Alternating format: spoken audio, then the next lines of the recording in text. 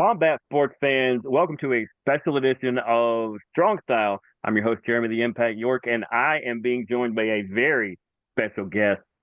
He is a professional MMA fighter, Krissa Timbs-Usher, and up until now, she's the only member of her family I have not met. So, how are you? I'm good for the most part. Happy to be here. Yep, and of course, we got to get the house cleaning out of the way. You were supposed to fight next Friday on the Invicta FC card here in Atlanta. This is the second straight Invicta event here in Atlanta. Should be really good. And unfortunately, you got a little injured. And I agree that when a doctor says maybe take a small break, it's a good idea. So is everything good now, though? I'm just a couple of days removed from the injury, so I'm healing, but it's still there. And yeah, this is the first time I've ever had to pull from a fight for an injury.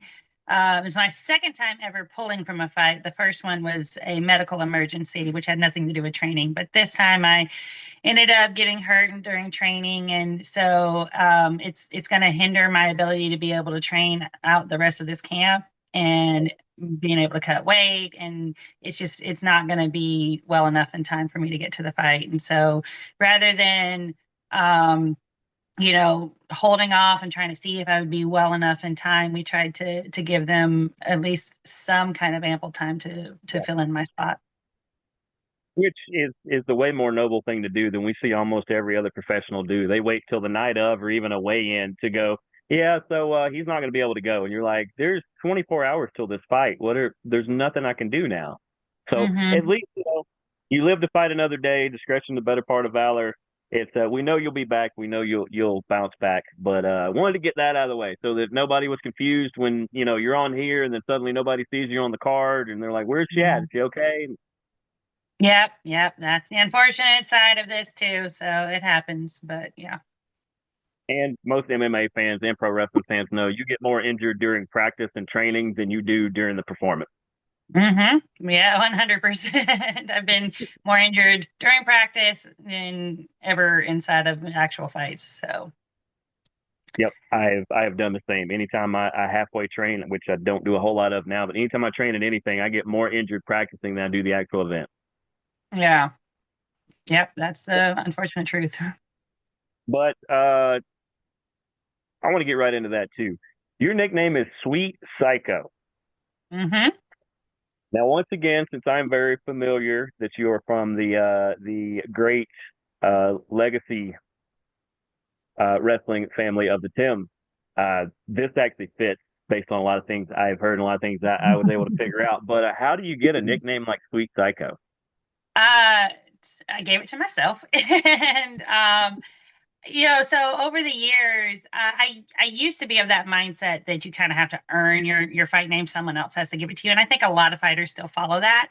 But over the years, I had kind of gone through like a few different like fight names, and nothing seemed to like stick or really like made me go, yeah, that's definitely me. But then a few years ago, when the song "Sweet But Psycho" came out by Ava Max, I remember like listening to it.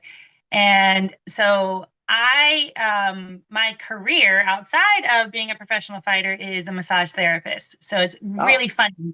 Yeah, that I'm on both ends of the spectrum. In fact, the joke is that I make my own clients. But so when I'm working outside of like, my martial arts area, like when I'm working with my clients or anywhere else, people who meet me, they're just like, wow, you're so nice and you're so calm. And like, so when they find out that I'm a fighter, they're like, holy, what, like that doesn't make any sense. Like, you don't strike me as the type of person who could like have that kind of aggression in you and violence. And so, and I'm like, well, it's partially because I do that, that I'm able to be so calm and nice. But I've heard it before, like you look too angelic, you look too nice, you look too sweet, you're too sweet to be a fighter. And so when that song came out, I was kind of like, yeah, like I'm kind of sweet, but I'm kind of like there's a switch that I flip when it comes to like competing And people, they'll see that, like when they see me fight, they're like, whoa, that's not the person that I know, personally. Like I've become psychotic, I guess. And so it just seemed to fit. I was like, yeah, it's sweet but psycho, but I didn't want to be like with the butt in there, so I just nixed that out and then turned it into sweet psycho because it seemed to just fit. Oh yeah, that pops. Like even if they don't even say your name, if they just say, "Oh, that's Sweet Psycho," everybody's like, "Who? Oh, I got to see who this is." Mm-hmm. Yeah. Yeah. I've had a few people that are like, it fits. Plus, there's a good chance that at least one of your brothers will try to steal that for a shirt. Yeah, I've made my own, so started to try and trademark it, but that's not a lie. They might. They just might. And you also fight out of Usher MMA, correct? Yes, sir. Currently, yes, And sir. that is that your husband's gym? Yes, yeah. So we run it together. Mhm. It's been open a little over a year. So September of 2023 is when we first opened our doors, and so it's been going pretty good. Like, we're kind of small because we're new, but we're building a good team there. So it's been a lot of work, but it's good. Let's go. Where is that located at? We're in Union City, so Okay. south side of Atlanta, not too far from the airport. I'm very familiar with that area. I spent a lot of time in the Thornton Road area during the week, so definitely Oh, know yep, that. yep, yep. Yep. But also that way, in case people in that area are looking for a gym, hop on by and see if it's a fit for you. Yeah, absolutely. We're really convenient because we're right off of the exit off of the interstate. So, and there really isn't any other like MMA gyms around in this area. So, but I mean, even if there were, I'd still be like, come see us. Well, and then I think the number one question that I got asked when I told everybody I was going to have you on was, what made you pick MMA? Obviously, we know the family business is wrestling, and you've dabbled in that probably. So, what was it about MMA that you're like, this is my jam here? So I started off, not only does my family like are they big in like pro wrestling, but also in amateur wrestling too. Mhm. So for those who don't know, that's like the styles that you wrestle in like high school, college, and the Olympics. Yep, like these. Um, I mean, yeah, exactly. So with that, like my brothers wrestled, and then eventually I started wrestling, and I transitioned from wrestling to jujitsu. But during my entire childhood, when my brothers, especially when my like even before I started wrestling, when my dad would um, go and try to find people for my brothers to train with during the off season, and then his brother, my uncle, was a black belt in judo. So you have my dad, who's like the pro wrestler, my uncle, who's the judoka, and then my uncle had a really good friend who ended up being my first jujitsu coach. His name's Byron Stone. And Byron also had ties into MMA and, of course, jujitsu. So, through all of that, like being introduced to them and then being around them growing up. And so I was introduced to like grappling arts from a young age, even before I started wrestling. Once I kind of semi quasi wrapped up my wrestling career, I started training jujitsu. And a little known fact about my dad: when he was a kid, he was a Golden Gloves boxer too. So he has some know that. hands. And so I started training jiu-jitsu, and then I started training boxing. And I just, the owner of the gym that I was at the time just approached me one day and was like, "Hey, are you interested in fighting?" And I just kind of thought about it. I was like, I mean, yeah, like I was competing in jiu-jitsu at the time, but I really liked competing, and it was a new challenge for me. And so I was like, why not? That's awesome. I learned a ton right there that I did not know about a lot of your family. Golden, Mhm. wow, he could throw a heck of a punch, so that actually makes sense. They clocked him at one point, and he had like a really mean, like 6-inch punch too. But his hands were as fast as a rattlesnake strike at one point. Ooh, man, glad I never faced him. Glad I was never He was a really smart nice enough person too. to get in there. That was good on my part. Of course, we're talking to MMA fighter Krissa Timbs-Usher. Uh, I know you got the jiu-jitsu background and everything. Is that kind of what you're known for fighting wise, or what you try to do, or you just try to look at your opponent and see what you can exploit? Yes, to all of that. So the funny thing is that I guess it's because I'm so far removed from my wrestling career. But when I first Hmm. started fighting, that's what I was known for was wrestling. Like I was known for that in jiu-jitsu and in MMA, and in fact had multiple opponents turn me down or pull out of fights once they learned that I had an extensive wrestling background. Um, so that was which was frustrating. And then I guess the longer or when there was like that stint of time when I wasn't fighting, I guess people kind of forgot that or that sort of went away. And when I came back to it, then I was mostly known for somewhat for jujitsu and for some reason a lot for judo, even though I've never competed in judo before. But my husband is a judoka and he's brown belt in judo. And so I have learned judo from him, but judo was never really like my thing. But that seems to be the thing that everyone thinks that I'm like an expert in at this point. I'm like, oh, I mean, cool, but no. Sure. And when they go to block the judo throw, you choke them out. I mean, that works. Yeah, you find your ways. But as far as exploiting fighters, I mean, I think that's what everyone does, and if they don't, they probably should. We always look up and not just for me, my husband did it for himself, and he does it for all of his fighters, where he looks up their opponents and sees like, where their strengths are, where the weaknesses are, and then we game plan around that. That's what any smart coach or fighter should be doing, for Mhm. sure. Um, a lot of people think that it's easy being a fighter or an athlete or something like that. What would, if you were in training camp right now, what would a typical week look like? So for me, for this camp, what it looks like, and granted, there was like some difficulties too because we had a few snow days. It snowed us in, but but typically I train 5 to 6 days a week. And then the rest day is like a rest recovery day, but there's still like it's active recovery, so I'm still doing something on those days. I usually train 2 times a day, and then it's the sessions are usually about anywhere from an hour to 2 hours long, sometimes longer than that. And it sort of depends on the day because we kind of have things planned out so ahead of time. But it's incorporating conditioning, strength training.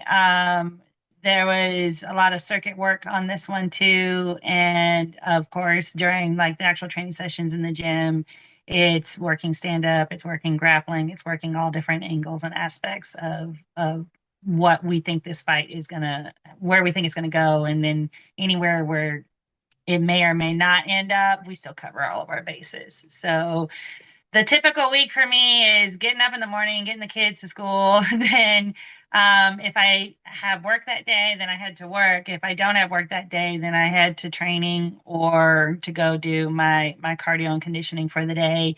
And then from there, it's whatever I got to get done in the middle of the day, get my kids, get them to where they got to go to the gym, train some more. And then there were definitely several evenings where I left the gym and came home and did more training like once we were back at the house and everyone's like settled in and getting ready for bed. So, and then I'm in our downstairs area working out again. So, um, it's a lot. It's not easy. I tell everyone it's not for everyone. So, No, but you go the extra mile and you do what you got to do to make yourself successful. absolutely. That's the difference in the people that make it and the people that don't. And by make it, I'm Mhm. not talking about, they make it top of the world and making all the money. It's like, no, the people that can actually be successful at the things they do, it's you have to give up a lot of your time, a lot of times a lot of your money, but and Mhm. sometimes you miss things that you really wanted to be at, but you're like, the only way to get there is if I keep pushing. Yep. Yep. You got to make the sacrifices. People ask all the time, why do you keep doing it? Why on a Saturday are you doing this? Because you know what? The other guy is too, and I've got to go at least a mile longer than he did. Yep.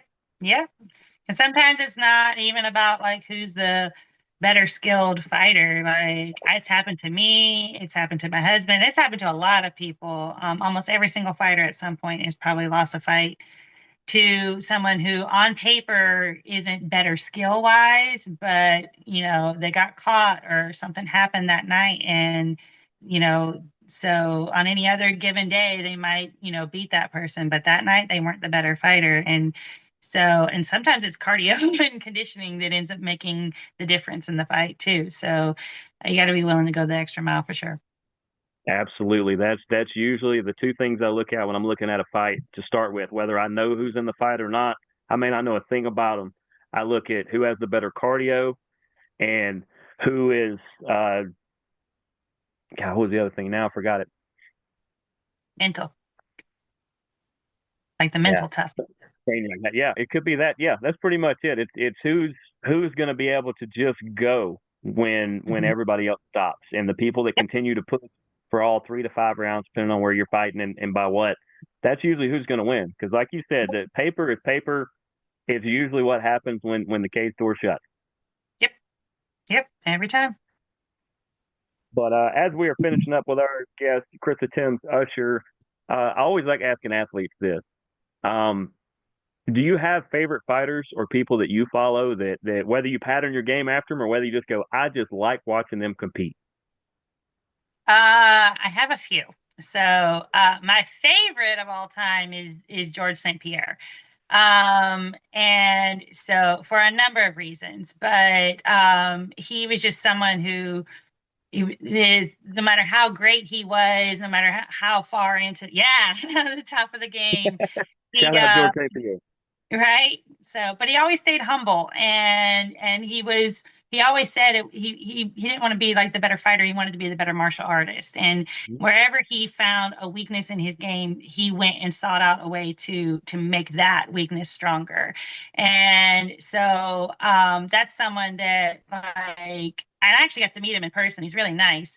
Wow. But yeah, I mean years ago. But he's a cool guy. So but he just his skill was phenomenal, and his presence inside and outside the cage was phenomenal. And so I definitely he's probably like my favorite. And then I have a few others. So female fighters, I really like Valentina Shevchenko. I think Really? that she's a phenomenal fighter. I'm a fan of Amanda Nunez because she's just done so much that like no one else has ever done before. And so I'm a fan of Kayla Harrison because I just think she's a beast. So Super cool. I have um, met her multiple times. She is super cool. yeah, that's what I've heard is like she's a really, really nice person. And I'm also a fan of Sarah McMahon. And I've Mhm. not only have I met Sarah, but I actually got to compete against her in grappling a Ooh. few years back. And so she's really good. She's very strong, but she's so sweet. And like hung around like afterwards and we chit chatted and talked and she answered questions and stuff. And she was like really cool person. So but yeah, like those are on the scene. If I'm talking about names that people would know, those are like my favorites. Um, and then anyone else, I just look at, I'm like, oh, they're just a really good fighter, but I like watching them because they're entertaining. So, Right. um, and my husband inspires me too, but I didn't know if you wanted like local scene people or if you wanted No, like clean slate, whoever you want to say. Oh yeah, so I mean, obviously, and we've been together for a while now. So I've been with him since through part of his amateur career and then through his entire professional career. And so he's always been someone that I looked up to when it came to like the MMA stuff too. So he may or may not know that, but like he is. So and I didn't always train underneath him either, but like he's definitely helped improve me along the way as well. That's awesome. And we will find out if he ever watches this show because he will either go, "Oh, I didn't know that," or he'll just look at you like, "What?" Yeah. Right. So we'll see. Right? But I guess I'll leave it with this. I always like to do this with athletes, especially in the MMA and pro wrestling world. Either obviously it'll be a little bit longer before we see you compete again because it's always good to make sure you're ready to do it. Hmm. Um, what would be your message to the viewers, the fans out there that are looking forward to you fight? What can they look forward to the next time that cage door closes and you're inside of it? So, we've really like tried to like revamp like my style and what I do inside the cage. And so, what my ultimate goal is, from here on out is it's aggression. It's like an in your face kind of style. It's a, not backing down and just, um, kind of like I don't give a, what kind of attitude. And which was really kind of my style when it came to wrestling and to jujitsu, and when I kind of like throw away everything and I just decide that I'm going to be really mean that day, and I'm going to be in your face like that's my goal. And and this where the psycho part of me comes out. I kind of like making people bleed. So my goal is to get blood. That's awesome. And I always say lastly, and then I think of something else. Oh yeah, we're good. Because I wasn't sure how Invicta did things, but when I covered them back in December, I realized that I think they do allow you to do this. What's your walkout song? I kind of change it for almost every fight. And so Wolfgang, my brother, he does like audio and production work too. And Yeah, so I have him mix the songs, but I always take the intro to Sweet But a Psycho because that's me. right. And then I will mix it into I essentially for each fight I kind of listen to a plethora of different songs and stuff like that, and I sort of see what I attach myself to, like what like gets me going in here, and then I'm like, that's my song. That's what I want to out to. Like, and it's not a like a slow burn. It's like as soon as it comes on, I'm like, I'm getting amped. I want to go, kind of thing. And so I sort of fill it out for each individual fight, and it's always personalized for me. So I don't have other than the intro, I don't have one particular song. I actually like that. I like that it's changed it up based off of the situation, basically based off where you're at, and it seems like you kind of have a similar life mentality to me that to a point it's a video game, and as you go along, you're gathering the different parts of armor and the different people around you that are you're going to put it all together into the package you're wanting to present, and Mhm. having such a matchup of different music like that, I think is definitely saying the same thing there that you're like, what I'm feeling is what I'm going to get motivated by, and then it's freight train through the wall. Yep, yep. Because I like to use my music as my um it's the last little bit that like gets me set right before I step into the cage. So, but I have here over the last few years tried to make my music a little more fun so that I can kind of something that I can kind of like move to, dance to a little bit, to just kind of get the blood flowing. Well, that is awesome. I've had an absolute pleasure talking with you tonight. Uh, Likewise. for everybody who doesn't know, this is Krissa Timbs-Usher.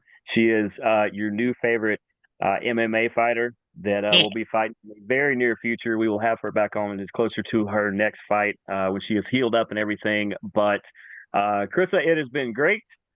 We appreciate you being on, and we will see you later on down the road. absolutely. Thank you for having me.